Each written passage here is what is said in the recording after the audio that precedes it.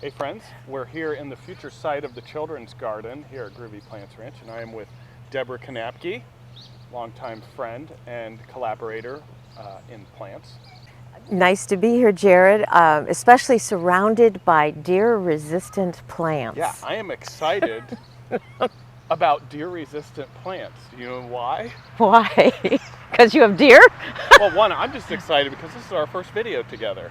It is. I thought you were excited about Put it down in the deer-resistant. history books. Okay. It happened today. All right. What is today? May 26th. May 26th. Memorial Weekend. Also, probably the best May I've ever seen for gardening in my career. We're a little light on rain, but Yeah, at least you can get in the flower beds and the gardens. it's been incredible. So today we have put together a scrumptious selection of deer-resistant plants. What's important to consider when talking about deer-resistant plants? One, that they either have a fuzzy or a sticky kind of surface or edge. Deer don't like that on their mouths. Like the echinacea have cones. They don't taste good. The whole mint family, for some reason, thank you, they don't like mints. And it's a great big family. It's a huge family. We have lots of representatives here on the table. Another one is that they move or sway, and if they do that, that is something deer don't like, the unexpected movement. I think it's also important to note that, we say deer resistant. That doesn't mean deer proof. No. We are doing our best here to put together a great selection of plants for you so you have an easier understanding when you get to the garden center of what it is that you're looking for if deer present a challenge for you. I believe that deer are probably one of the biggest killers of gardeners. You go, you spend money on plants, and then the deer come in and they wreck all your hard work. So what we're doing here is we're going to talk to you about a handful, probably more than we should, a handful of really great plants that are deer resistant. That does not mean deer proof. But at least with these plants, you're going to have a much better shot of success in the garden and not having all your hard work eaten up overnight by a family of Bambi. Yeah. There's really no such thing as deer proof. Yeah. So I'm glad you mentioned that. Let's dig right in. Okay. These are some of my favorite plants. We both have been members of the Perennial Plant Association for a long time. They are our biggest category at Groovy Plants Ranch by square foot. And I'd say, we have really an impeccable selection. So let's start tall to small. That'll keep it easy. Good. Then I'm going to start with these two tall ones here because they're in the mint family. This is our anise hyssop. You may even hear the word agastaki used, which is their genus. They are gorgeous. They also are a great pollinator plant, but deer do not like them. Yeah, strong licorice fragrance and a great hummingbird plant too. That one is purple haze, but there's many varieties that you can pick from.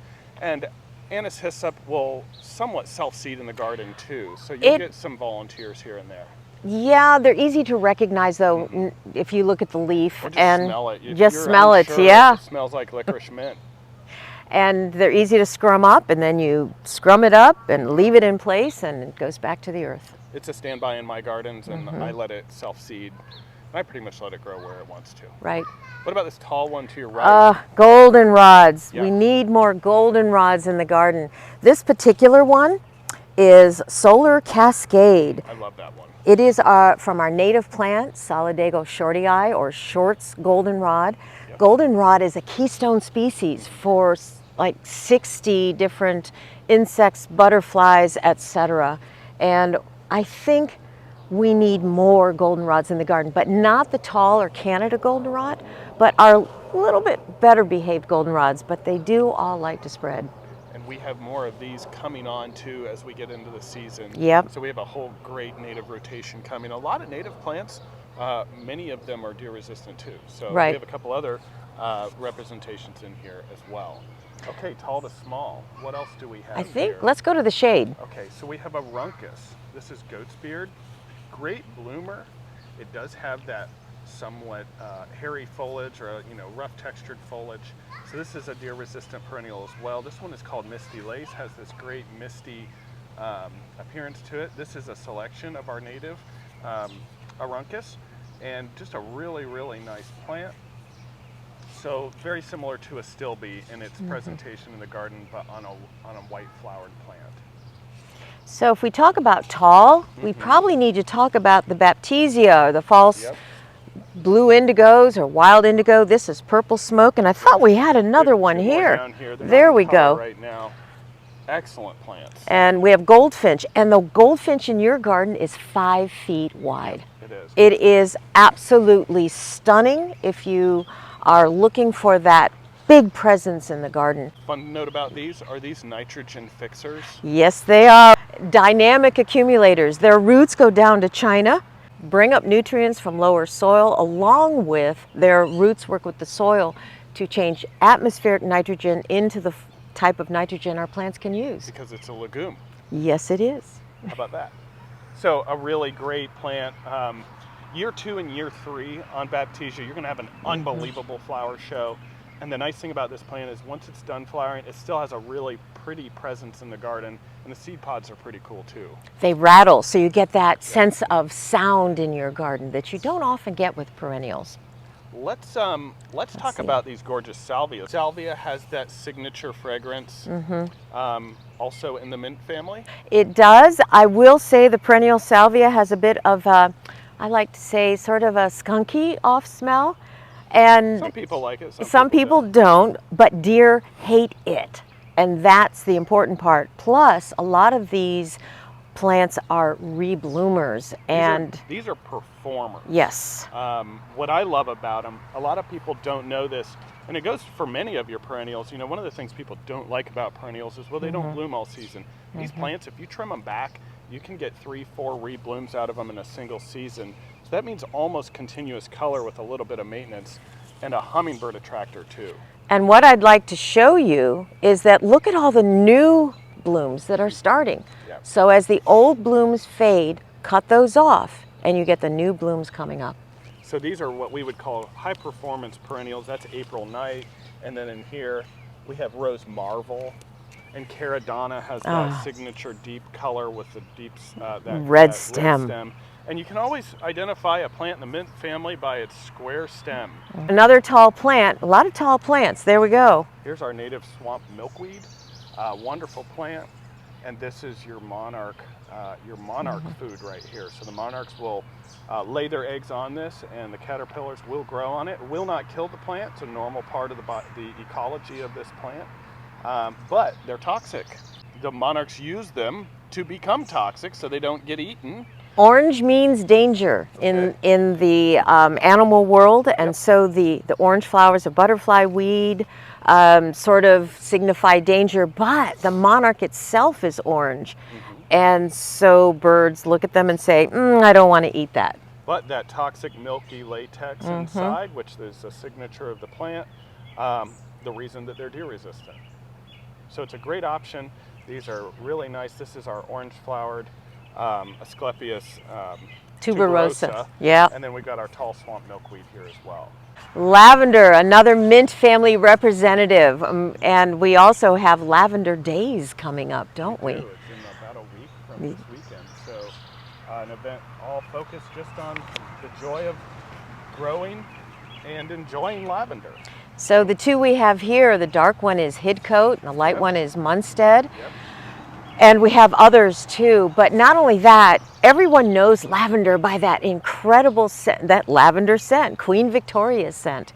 It is a butterfly plant, bee plant, deer resistant, unicorn resistant plant that just smells wonderful and is good for our concentration and our energy levels if you need that. And I love it so much I named my That's firstborn, her middle name is Lavender. So my personal favorite is Province. It's a big plant, incredible fragrance. So lavender, a little more challenging to grow in the garden. You need good drainage. Yep. You can expect 3 to 8 years out of the plant here in central Ohio, perhaps longer if you have very, very good soil. But the deer are not going to get into it, which they should not get into it, which is great. Let's talk Coreopsis for a minute. Okay. Coreopsis, in my opinion, underappreciated, undervalued, and there are so many excellent ones to pick from, and pretty much all of them are deer resistant.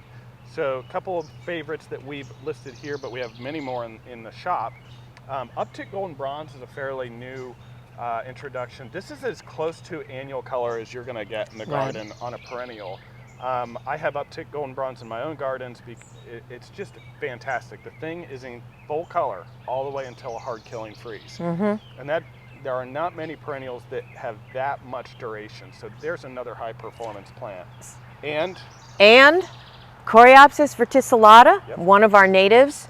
It is, now this particular one is Zagreb. I have had a plant of Zagreb in my garden for over 20 years. Yep. So long-lived, it will spread a little bit, bright yellow flowers. bright yellow flowers that bloom a good part of the summer. If we get into a drought, I water it and sometimes give it a little bit of compost, because otherwise it may bloom itself to death.